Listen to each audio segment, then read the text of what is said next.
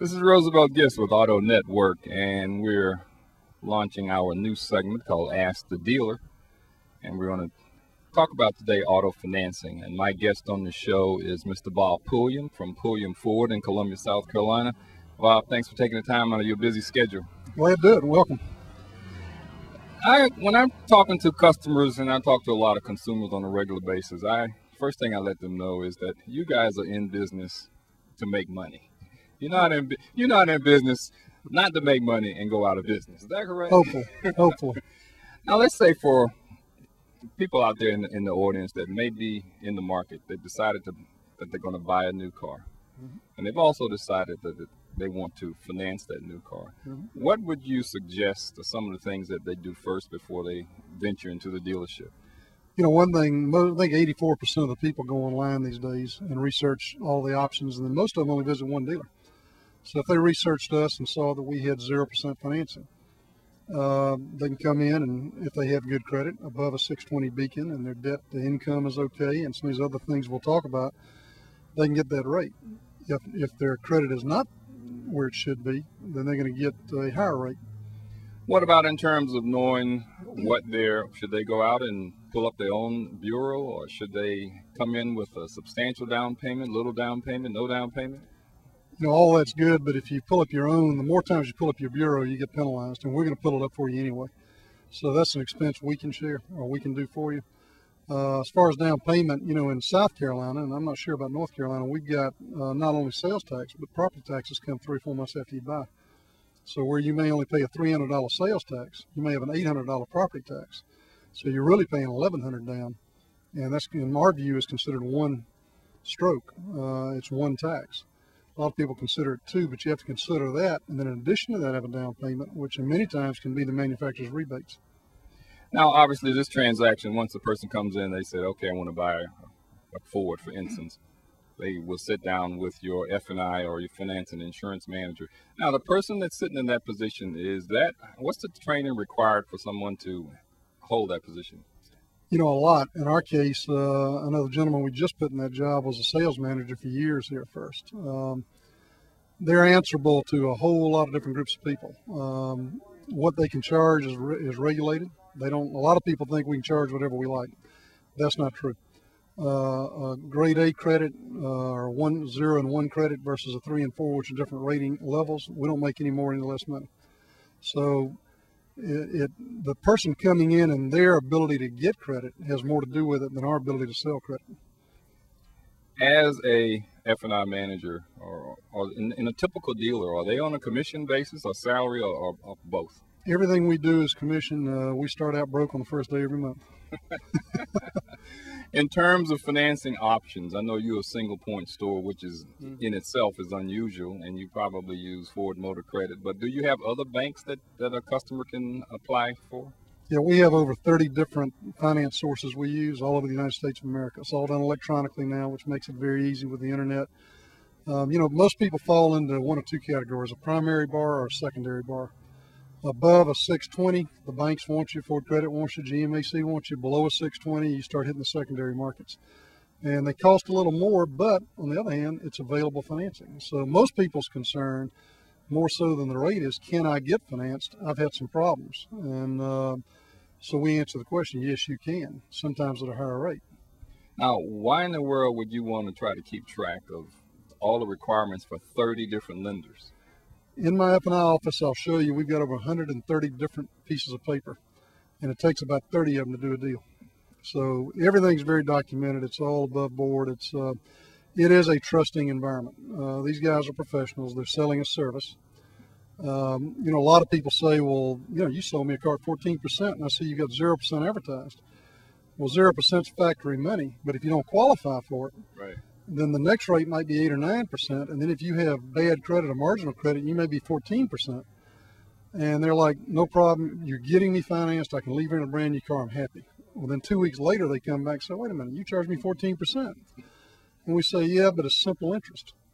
And simple interest means you're only paying for the days you use, so the next day, if you want to, go borrow it from somebody else, pay it off.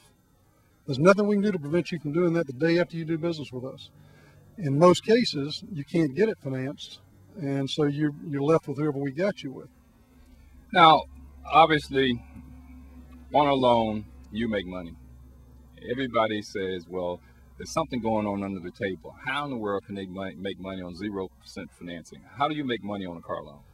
0% financing, Ford pays us a flat fee, and it's not a lot of money. It's like $100 or something. We get a flat fee on that. You know, if you wanted, my advice right now, if you have what we would call marginal credit, and you don't want to pay 14%, the new way of doing it with the factories is, let's say that I've got 0% on any car, this truck, F-150 Roush, and you've got marginal credit. Now they will adjust the 0% rate by your rate with a cap of 3%. So if this is 0, I can sell you this truck for 3.9, even though your credit isn't the best in the world. So if you don't have a big down payment, look for a car with a big rebate. If you have marginal credit, you're moderate income, you're recently divorced, you're recently out of a job, whatever the reason is, find a car with a factory rate. If it's 1.9, I can deliver it to you for 4.9, maybe 3.9. Whereas a month or two ago, it would have been 16.9. So you can still get through these programs and get a good rate for yourself if you know what to ask and where you're going. And that's what we do. We help you get there. Now, for someone who comes in, let's say they have AB credit, which is pretty good, and they may not be interested in, for whatever reason, 0% financing. What kind of money would you make on another type of loan? Well, if they don't take the 0%, first of all, they're going to get probably $3,500 cash rebate from the factory. Again, sometimes that's a better deal, sometimes that's not. But we don't make more than a point or two. We're capped. We can only make so much. Now, years ago, a long time ago, it wasn't capped. And some of the horror stories you hear about are going way back to those days. But the last few years, about every lender we deal with, there's a cap on it. You can only make X amount of money, and it's not a lot. You also lose money. How do you lose money? Well, you have people that have bad credit. You have people that don't like the rate and pay it off early, and we get charged back on that. You have people that die. Take a minute and explain the chargeback. The little bit we get paid up front, if you pay it off within so many days, then we have to pay it back to the lender. So it's all about credit and risk. And I think if you compared our rates to home loans or to particularly credit cards, we're a deal. We're way under what those guys charge. And they're doing the same thing. They're managing risk. Right. And that's all we do, except we're not the lender in the end. We pass it off to another company, one of 30 companies. Now, one of the other questions people want to know the answer to is, why is there a higher interest rate on a used car versus a new car when a used car is already taking that big first hit in depreciation, and normally the loan isn't as large? The rates on the new cars, the new car value is in a book. Like if you leased a car for 2 years, and let's say in 2 years you got a Ford 500, and in 2 years that car is worth 54% residual. Then that's a guaranteed value of that car 2 years down the road. You go over and buy a used car, there is no guaranteed residual. If something were to happen to a car, you had a major recall, then every one of those cars in your used car lot all of a sudden is worth thousands of dollars less, and we sell them for thousands of dollars less. And so your collateral is very volatile in the used car business. Your collateral in the new car business is very set and well documented. And again, you're paying for the risk. How can, let's say a customer comes in again with that large down payment. Would you suggest that they put all that money down on the car to reduce the total amount of the loan and take it over a longer period of time, or would you suggest that they go for a shorter period of time and keep most of the money in their pocket? You know, shorter time we always like is to put you back in the market for a new car. And you know, the first thing I'd say is, if you can get 0% and you can make 8% in the market on your money, why would you want to give your money to me? Go put it in the market and make 8%, pay me 0%. There's just so many variables. If you're buying a car for your wife and every 2 years she wants a new car, I tell you don't finance it over 2 years or lease it for 2 years. If you've got a college daughter or son in college, let's say they're 20 years old in college, they've got 2 years left and you're paying $10,000 a year tuition. You say, Bob, I want the lowest payment possible. And then I'm going to give you 72 months financing, but it's simple interest. When she gets out of college, either give her the car or refinance it, let the payment go up at that time. So we're more flexible than almost any lender out there. We can do anything you want to do, and everybody's situation is different. Just off the top of your head, what are some of the myths that you would certainly like people to just not mention anymore in the business when it comes to financing? I think the biggest myth is that financing is discriminatory in nature. It's not. It's blind to discrimination. It does discriminate based on bad credit. So if a moderate income person or a good income or anybody comes in with marginal or weak credit, they're going to pay more. And but as far as whether they're an Indian or Hispanic or Afro-American or Caucasian, it doesn't matter because we don't even see that on the application. So that's the biggest myth, is that dealers discriminate. They don't. The lenders might be 2,000 miles away. They don't have a clue who we're talking to. All they see is what's on the paper. And if you're taking care of your credit, you'll get the same rate or better than most anybody in the market. Now, is it true that some of the lenders that you deal with or the dealerships deal with, they may offer rebates, incentives, or discounts to you versus how much business your F&I guy will push their way? Not really. We're still capped on what we make. Now, the difference is, let's just say that we're talking about 0, 1, 2, 3, and 4 paper. The more 0 and 1 paper I send somebody, the more 3s and 4s I can get bought. In layman's term, explain that.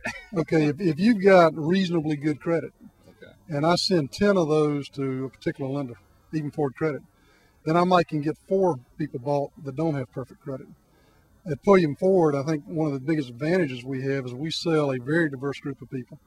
We sell a fair amount of volume, and so we send enough good paper out that we can get a lot of people bought that otherwise couldn't get bought, and that's a service. That's not a big money maker for us. It's just a service to them, and we get a car sold in the process.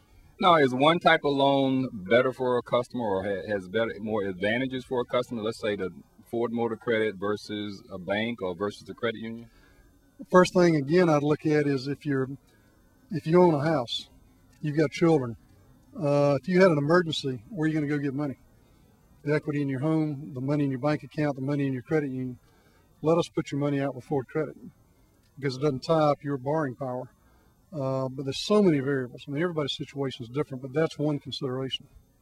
Now, are there any lenders out there who are working with people to, let's say, that may come in and have absolutely no credit? Is there anything you can do for those individuals in terms of getting financing and building a credit history? Sure. We do own a finance company. It's called Pulliam Acceptance. A lot of dealers do. It's called Buy Here, Pay Here.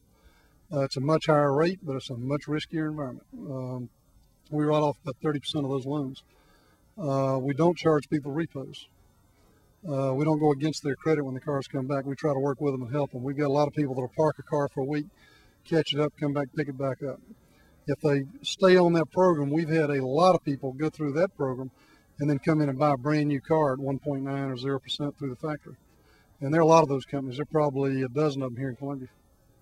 In terms of, let's say, somebody wants to get involved as an F&I manager, what are some of the things that they have to go through in the business to get that job? Anything you do in our business, you've got to start selling cars. And it takes a year or two because you have to gain experience because every single transaction is different. Every one of them. No two are the same, and you've got to learn how to handle all those different situations, and you've got to prove yourself. And then you get a shot whether you go on the sales desk and help figure out the deals, which is very complicated with all the incentive programs now. Then you get in a finance office. Eventually you get to be a sales manager and help train other people, and then you work your way up to general sales manager, and then maybe a general manager, and then, hopefully a dealer one day. Now, there are a lot of loans being, let's say, conducted on the internet now. A lot of e-loans where you can get approved online. Would you recommend that someone gets pre-approved before coming to the dealership? It doesn't really help them, because I don't think anybody's going to beat the rates that the dealers have because we have all the factory programs. And right now, as I said, even with marginal credit, you still qualify for a 3.9. On the internet, they pull your credit up, it's marginal, you're at 16.9. So I doubt they're going to be competitive. And again, you don't know what to ask. Because whether you take the $3,500 factory rebate or the 0% or the 72 months or the 48 months, you don't know what to ask until you've got to first find a car. Then we got to figure out what your trade is worth and how much you owe on that trade. Then the money's the last thing we do. You've basically bought the car by the time we get around to how to pay for it. Now, has the internet really helped your business or hurt your business or confused the consumer even more? Yeah, I think it better educates them.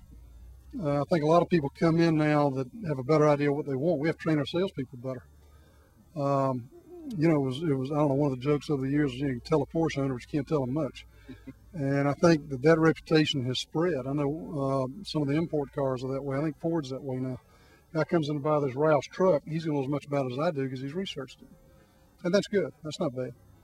So in closing, what would you suggest to a customer, again, that's in the market for a new car and they want to go out and they want to finance it and they want to try and get the best possible finance rate and deal?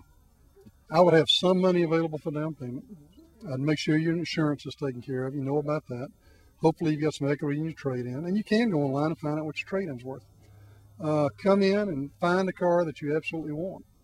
And then come in and let us talk to you about it. You can walk away at any time.